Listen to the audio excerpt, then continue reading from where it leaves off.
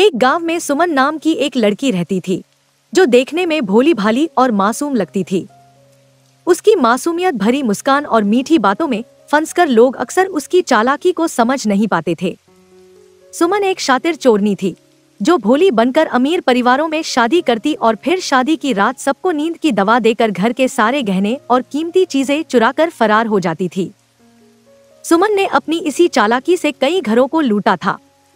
एक दिन उसे पता चला कि एक गांव में बहुत ही सुंदर और अमीर लड़का रहता है।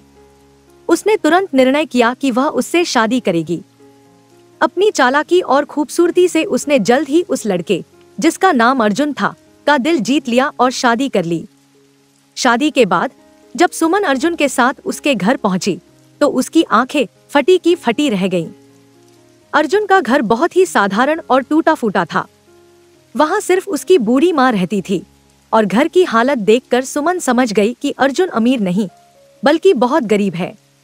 अर्जुन ने बताया कि उसके पिता की बीमारी के कारण मृत्यु हो गई थी और उनकी सारी जमापूंजी उनके इलाज में खत्म हो गई थी।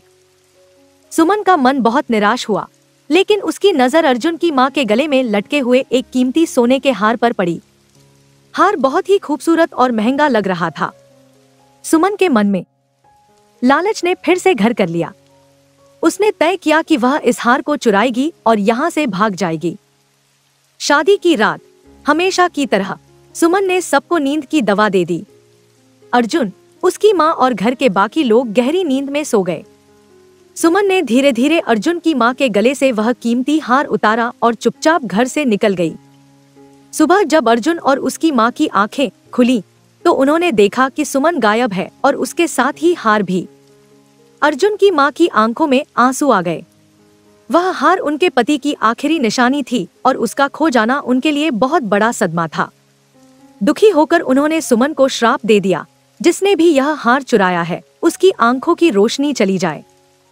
इधर सुमन गांव से बाहर जाते समय अपनी जीत पर मुस्कुरा रही थी, लेकिन जैसे ही वह गांव के बाहर पहुंची, अचानक उसकी आंखों के सामने अंधेरा छा गया। वह कुछ भी देख नहीं पा रही थी।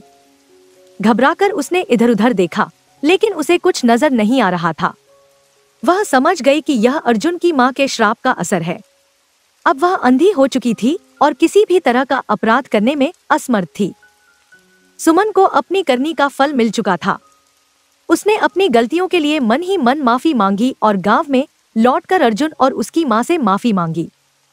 अर्जुन की मां ने उसे माफ कर दिया, लेकिन उसकी आंखों की रोशनी कभी वापस नहीं आई। सुमन ने फैसला किया कि वह अपनी बाकी की जिंदगी गरीबों और जरूरतमंदों की मदद में लगाएगी।